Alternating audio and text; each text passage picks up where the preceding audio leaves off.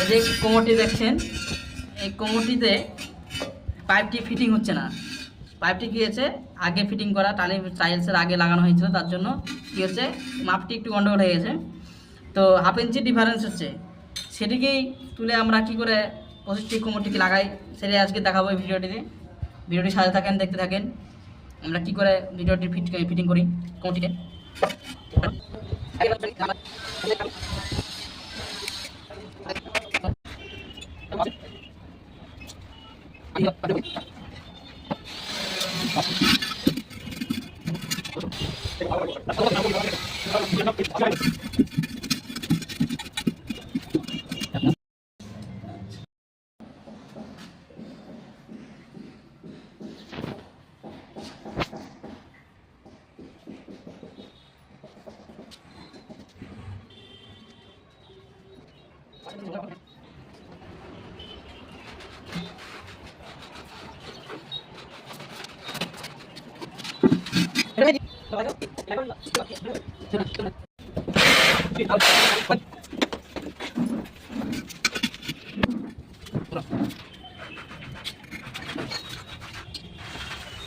Sorry,